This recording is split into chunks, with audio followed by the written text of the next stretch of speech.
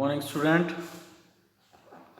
In yesterday class, we have discussed about importance of organizing, in which 7 point we had covered: benefits of division of work and specialization, clarity in work relationship, optimum utilization of resources, adaptation to change, effective administration, development of personal and expansion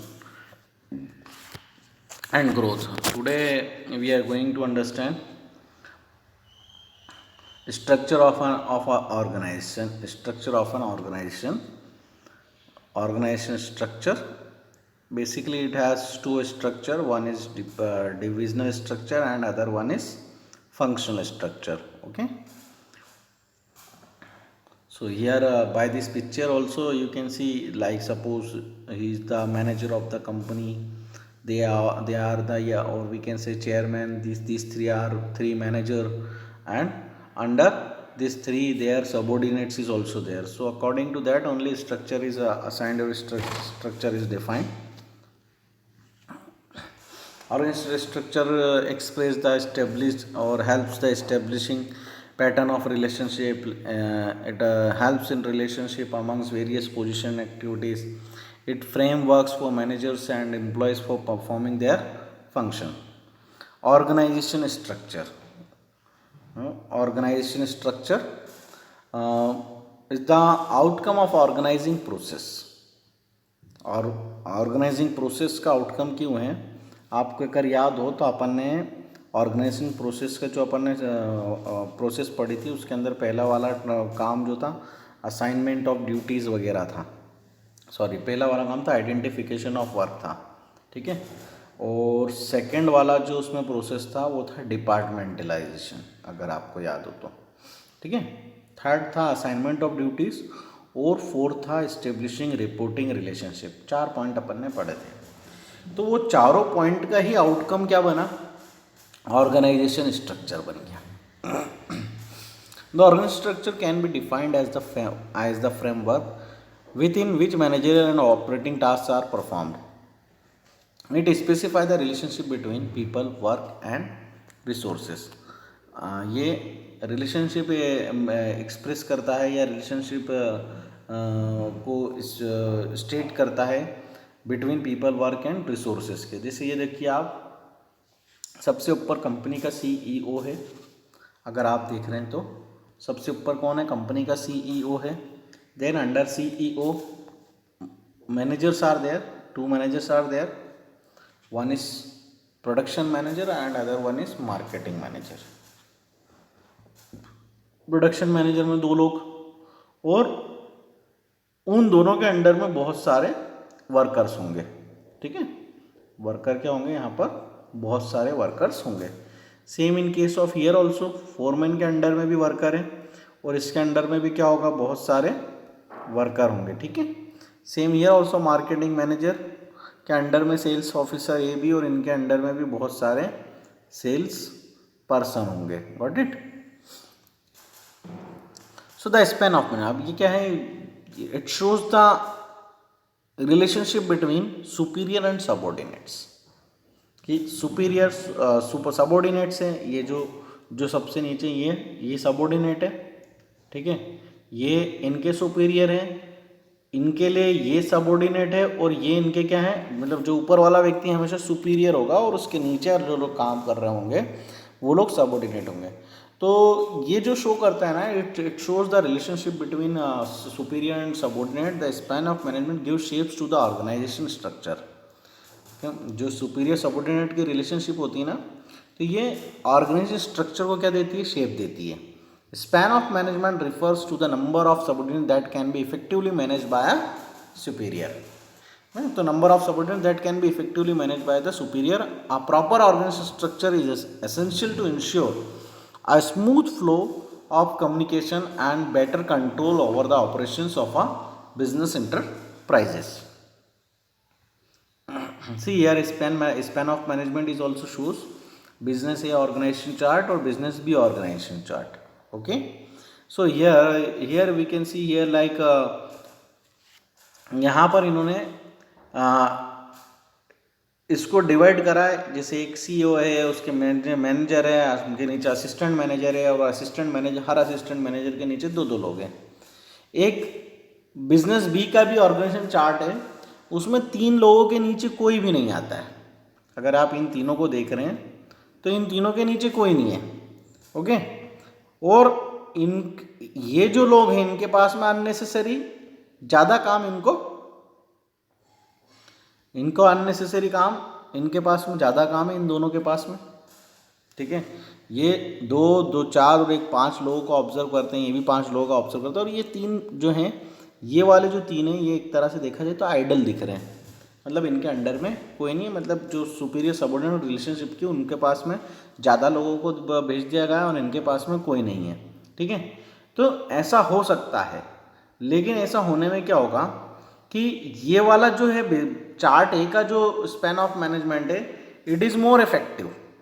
ये वाला जो है ना, it is more effective because work is divided here, basically work is divided here in small groups among the workers. So types of organized structure, there are, I already said 2 types of organized structures are there. The types of organized structure, the type of structure adopted by an organization will vary with the nature and types of activities performed by an organization.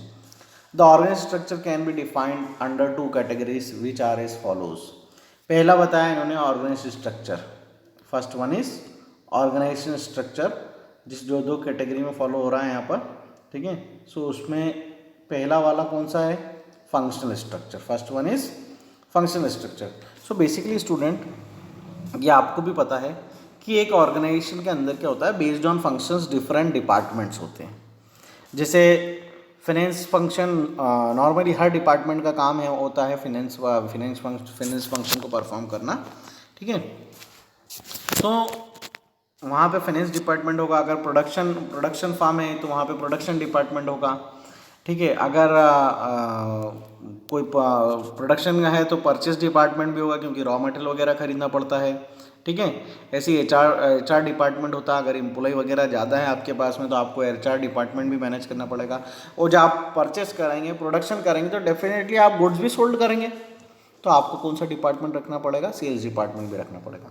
तो based on functions, अगर कोई functional structure based on functions बनता है, ठीक है, तो वो कौन सा स्ट्रक्चर कहलाता है, फंक्शनल स्ट्रक्चर कहलाता है। जैसा आपके सामने यहाँ पर सीईओ के बाद में आपको देखो कुछ लोग दिखाई दे रहे हैं, marketing manager, production manager, finance manager, HR manager, purchasing manager and public relation manager.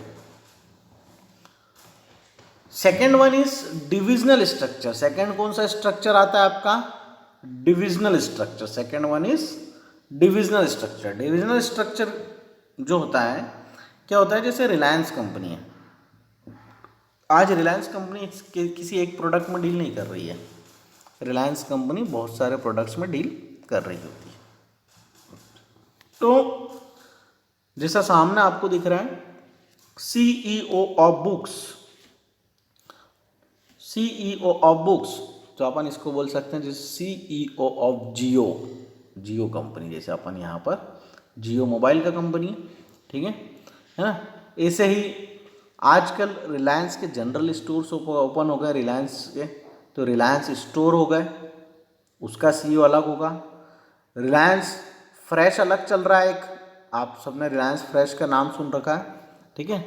Reliance के स्कूल भी अलग चल रहे हैं मेट्रो सिटीज़ में, और रिलायंस के ऐसे बहुत सारी more than 20-30 companies they are running, ठीक है। तो सबके अलग अलग डिवीज़न, इन्होंने उस डिवीज़न के क्या करे, उन्होंने हर किसी का अलग अलग क्या बनाया, सीईओ बनाया, हर किसी का अलग अलग डिवीज़न ही बना दिया, ताकि हर किसी का हिसाब किताब बिल्कुल अलग हो, किसी तरह का कोई कन्फ्यूजन ना हो, कोई कन्फ्लिक्ट ना हो, ठीक है, और एक्चुअल बिजनेस की पोजीशन पता चले। तो उन्होंने क्या करा, as per their work, division क्यों बना, because of differentiation of work. CEO books का अलग काम है, सीईओ पीरियडिकल्स का अलग काम है, सीईओ स्टेशनरी का अलग काम है, स्टेशनरीज का और म्यूजिक एंड मूवीज का काम अलग है। तो जब डिफरेंशिएशन ऑफ वर्क हो जाता है, तब क्या कर दिया जाता है, सिंपल है कि उसका डिवीजन, उस अलग सेगमेंट का एक अलग डिवीजन क्या कर दिया जाए, तैयार कर दिया जाए।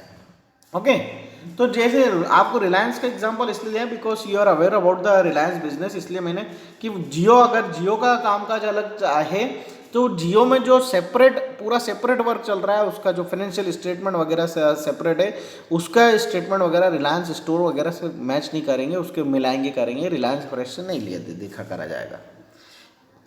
इनके अपॉइंटमेंट भी अलग होंगे, इनके एम्प्लॉयज़ भी अलग होंगे, इनके डिपार्टमेंट भी अलग होंगे, इनका सब कुछ। अभी इन्हीं के नीचे इनका क्या बनेगा, इसी के नीचे इन लोगों का अगर देखा जाए तो ये सीईओ होगा ना, तो ये सीईओ के नीचे ही पूरा की पूरा फंक्शनल स्ट्रक्चर अलग से नया तैयार होगा। हर किसी का अलग अलग नया functional structure on the basis of function तैयार होगा। मतलब पहले डिवीजन के बाद में फिर फंक्शनल स्ट्रक्चर बनता है, ठीक है। लेकिन डिवीजन कब बनता है, जब आप डील करते हैं एक से अधिक नेचर ऑफ प्रोडक्ट्स में डील करते हैं, तब आपको क्या बनाना पड़ता है, डिवीजन। या आपकी मजबूरी है, आपको ये बनाना ही पड़ेगा, क्योंकि इससे आप आपकी ऑर्गेनाइजेशन की जो एक्चुअल ग्रोथ, एक्चुअल परफॉर्मेंस है, वो आप मेजर कर सकते हैं। इसलिए आपके लिए बहुत नेसेसरी है कि if you are dealing in more than one product, then you should have 2 units, 2 division of that product if you are dealing in 2 products. Got it? So first one is, we are going to understand, first is functional structure. I already said it is basically based on functions. The functions, those functions which are performed in the organization, according to that only this structure is made. You can see here production manager, finance manager. I already in above clip I already explained this. Functional structure, it is an organization structure wherein jobs of similar nature are grouped into major functions, and these major functions are organized as separate departments. This kind of organization structure classifies people according to the functions they perform in the organization. क्या होता है, similar nature का जब job होता है तो उसको grouped कर दिया जाता है एक फंक्शन के तौर पर। मैंने पहले भी बताया था, जैसे डिवीजन ऑफ वर्क होता है, तो डिवीजन ऑफ वर्क में क्या होता है, जब काम पहले काम किस बेसिस डिवाइड करते हैं, ठीक है, सिमिलर नेचर ऑफ वर्क को क्या करते हैं, एक साथ करते हैं और उसका एक डिपार्टमेंट बना देते हैं। तो यहाँ पे यही होता है। This kind of organisation structure classifies people according to the function they perform in the organisation. A person will be in charge of each department. In case of manufacturing concern we can have production, purchase, marketing, finance etcetera departments are there. So see here आपको दिखाई दे रहा है functional president, vice president, personal staff. अब marketing में, तो marketing में under में जितना भी आपको दिख रहा है ना, all things related to marketing here. Look, engineering में आप देखोगे तो all thing related to, because this is a department, these are department and this department have similar nature of work with their department. See, तो इसमें जितने भी लोग इससे रिलेटेड है, इंजीनियरिंग से रिलेटेड जो भी है वो इंजीनियरिंग डिपार्टमेंट, प्रोडक्शन से रिलेटेड जो भी प्रोडक्शन, फाइनेंस, मार्केटिंग, जो जिससे रिलेटेड है वो उसमें जाए, उसी डिपार्टमेंट में काम करेगा. तो इससे क्या होता है, कंफ्यूजन कम हो जाता है कि हमें एम्प्लॉय को कौन सा डिपार्टमेंट पहुंचाना है, कहाँ करना है, उससे क्या काम लेना है. हमें पता होता है एम्प्लॉय की क्वालिफिकेशन क्या है, उसका एक्सपीरियंस क्या है, नॉलेज क्या है. उस बेसिस हम क्या करते हैं, एम्प्लॉय को डिपार्टमेंट के अंदर अपॉइंट कर देते हैं. Example, functional structure. A truck manufacturing company has its registered office in Delhi, manufacturing unit at Gurgaon, and marketing department located at Faridabad. The company manufactures different types of trucks. In case the company should adopt functional structure, since it manufactures trucks only a single product, the company has separate departments like manufacturing unit, marketing and sales departments, etc. Here the size of the organization is large. It has diversified activities and operations require a high degree of specialization, so it should adopt functional structure. ठीक है, एक company है, वो manufacturing company है, unit at Gurgaon, marketing department located at Faridabad. The company manufacture different types of truck को manufacture. In case the company should adopt functional structure since it manufactures trucks only. क्यों उन्होंने functional structure बनाया, क्योंकि वो company सिर्फ क्या काय में डील करती है, मैन्युफैक्चरिंग ट्रक. मैंने आपको पिछले ऊपर वाले स्लाइड्स में बताया मैंने कि अगर आप एक से अधिक प्रोडक्ट में डील करते हैं तो आपके लिए क्या कंपलसरी हो जाता है, डिविजनल स्ट्रक्चर. बट यहाँ पर ये कंपनी सिर्फ काय में डील करती है, ट्रक में डील करती है, इसलिए इसको सिर्फ इसे कौन से स्ट्रक्चर की ज़रूरत पड़ेगी, फंक्शनल स्ट्रक्चर की ज़रूरत पड़ेगी. Should it be adopt for functional structures, definitely they go for functional structure because they are dealing in single line of product. So advantages of functional organization, it leads to specialization, it helps in better control and coordination, it increase profit also, then it helps in cost, it promotes cost reduction techniques, training become easier due attentions. Okay. So advantage is specialization. When the activities are grouped according to the type of function, then all activities are related to one type only. It provides specialization which makes optimum utilization of manpower. अपन ने department क्यों बनाया, क्योंकि वहाँ पे similar nature of work को क्या किया जाएगा, है ना, ग्रुप्ड किया जाएगा और उसके बाद में वहाँ काम किया जाएगा. तो वहाँ काम करने वाले जो लोग कौन होंगे उस डिपार्टमेंट में, those who are specialised for that department. उस डिपार्टमेंट में जो स्पेशलाइज्ड होंगे उस काम से रिलेटेड वो वहाँ पर जाएंगे. तो सिंपल सा रीज़न होता है यहाँ पे, जब आप डिपार्टमेंट में स्पेशलाइज्ड पर्सन को ही पहुँचाओगे, नॉलेजेबल पर्सन को पहुँचाओगे, इट प्रमोट्स और it leads to the specialisation of the work.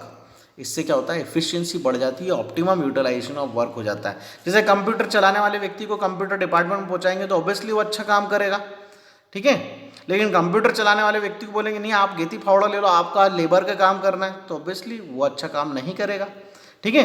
तो सिंपल है, एज पर द स्किल्स यदि आप कोई काम डिवाइड कर रहे हैं तो it provide specialisation which make optimum utilisation of man power.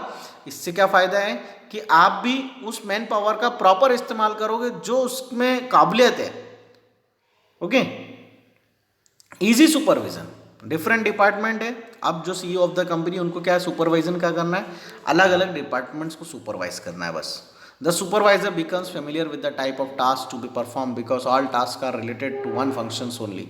As a result he can easily supervise his department. तो यहाँ पे जो सुपरवाइजर होता है, जो मैनेजर होता है, वो भी अपने डिपार्टमेंट को बहुत, अब उसे पूरी कंपनी को सुपरवाइज नहीं करना है. अगर 5 डिपार्टमेंट है तो 5 मैनेजर है, 5 मैनेजर है तो 5 मैनेजर को अपने अपने डिपार्टमेंट के एम्प्लॉयज को सुपरवाइज करना है in respect to common goal of the organisation. तो इससे क्या है, सुपरविजन बहुत इजी हो जाता है, परफॉर्मेंस डेफिनेटली इंक्रीज होगी उससे. Increasing managerial efficiency, managers of one department are performing same type of function again and again. अब मार्केटिंग मैनेजर मार्केटिंग रिलेटेड ही काम बार बार करेगा, जिससे उसकी एफिशिएंसी क्या हो जाती है, इंक्रीज हो जाती है, अच्छा नॉलेज हो जाता है, अच्छा एक्सपीरियंस हो जाता है, ठीक है. Specialised and improve their efficiency, it ensures increased profit also. Okay. Then effective training. This type of structure makes training of employees easier as the focus is only on a training, only on a limited range of skills. For example, employees of production department are given training on production techniques only. ठीक है. तो by this अब हमें effective training program if we want to conduct, तो हमें पता होता है कि हमें प्रोडक्शन डिपार्टमेंट के लिए ट्रेनिंग प्रोग्राम कंडक्ट करना है. प्रोडक्शन डिपार्टमेंट जो एम्प्लॉई है पूरी कंपनी के लिए नहीं करना है. तो by this departmentalization only we can conduct effective training program also. Last and which is very important for the business or organization, lower cost. It leads to minimum duplication of effort which results lower cost. Simple सा logic है कि यहाँ पर आपका जो minimum duplication of work होगा, क्योंकि सभी लोग यहाँ पे एक्सपीरियंसड है, क्वालिफाइड है, ठीक है. वो सब अपने अपने डिपार्टमेंट में अपने अपने स्ट्रेंथ के अकॉर्डिंग डिपार्टमेंट में काम कर रहे होते हैं, जिससे क्या होता है, डुप्लीकेशन ऑफ वर्क नहीं होता है. और यही रीज़न है कि यहाँ पे प्रोडक्ट की कॉस्ट क्या होती है, काफ़ी लोअर होती है. Same, there are some disadvantages are also given now. Less important to organization's interest, coordination problem, interdepartmental conflicts, less chance for promotion. So here, emphasis on department objectives. क्या होता है, जब डिपार्टमेंट बन जाते हैं तो हर डिपार्टमेंटल हेड का अपने डिपार्टमेंटल ऑब्जेक्टिव पर होता है. डिपार्टमेंटल ऑब्जेक्टिव जो बनाया जाता है उस पर होता है. ड्यू टू सेपरेशन इस department had emphasis on performance of his function. और यही रीज़न होता है कि सेपरेशन के कारण हर मैनेजर सिर्फ अपने डिपार्टमेंट के फंक्शंस को ध्यान देता है and lacks emphasis on the overall objective of the company. वो सिर्फ अपने ऑब्जेक्टिव, अपना डिपार्टमेंटल ऑब्जेक्टिव, उनका department objective in respect to common goal ही है, लेकिन उनका पूरा फोकस किस पर है, सिर्फ हमारा जो ऑब्जेक्टिव है, हमारा जितना काम है वो बेहतर होना चाहिए। उन्हें कई बार क्या होता है, इसलिए वो साइडलाइन हो जाता है कंपनी का overall objective. In some cases, second point, conflict between departments also. Since interest of different department differs, there will be interdepartmental conflicts. हाँ, दोनों डिपार्टमेंट या 3 डिपार्टमेंट जो भी, इन सबका जो इंटरेस्ट होता है, इन सबका जो इंटरेस्ट होता है वो डिफरेंट होता है फ्रॉम द डिफरेंट डिपार्टमेंट्स। सबका अलग अलग सोच होती है, विचार होते हैं, जिस कारण इनके बीच में आपस में मतभेद, आपस में कन्फ्लिक्ट होना लाजमी है, बिल्कुल हो सकता है। Difficulty in inter departmental coordination. All department heads may work as per their own wish. No doubt this facilitates coordination within the department, but it makes interdepartmental coordination difficult. So suitability here, when the function last point today which we are going to cover, suitability of functional organization. When the size of organization is large, where there are diversified activities, when there is a specialization of work. So when the organization is based on specialized work. So okay, these three systems are there. When we can follow the functional structure in the organization. Okay, divisional structure I already said, जहाँ पे एक product line से अधिक से product line पे काम करती है कंपनी सिंगल प्रोडक्ट लाइन के अलावा, तो उस कंडीशन में डिविजनल स्ट्रक्चर तैयार किया जाता है, बनाया जाता है. So tomorrow will discuss divisional structure. Today after importance and disadvantage, after advantage and disadvantage, today I hope you all understand this topic and go through the all slide also once again, and write down notes with the help of your textbook, as well as you can get the help of this also. And I already send you NCERT PDF also, NCERT textbook PDF also, by which you can get the help of this chapter, whole chapter. Got it, student? So thank you so much. Have a nice day.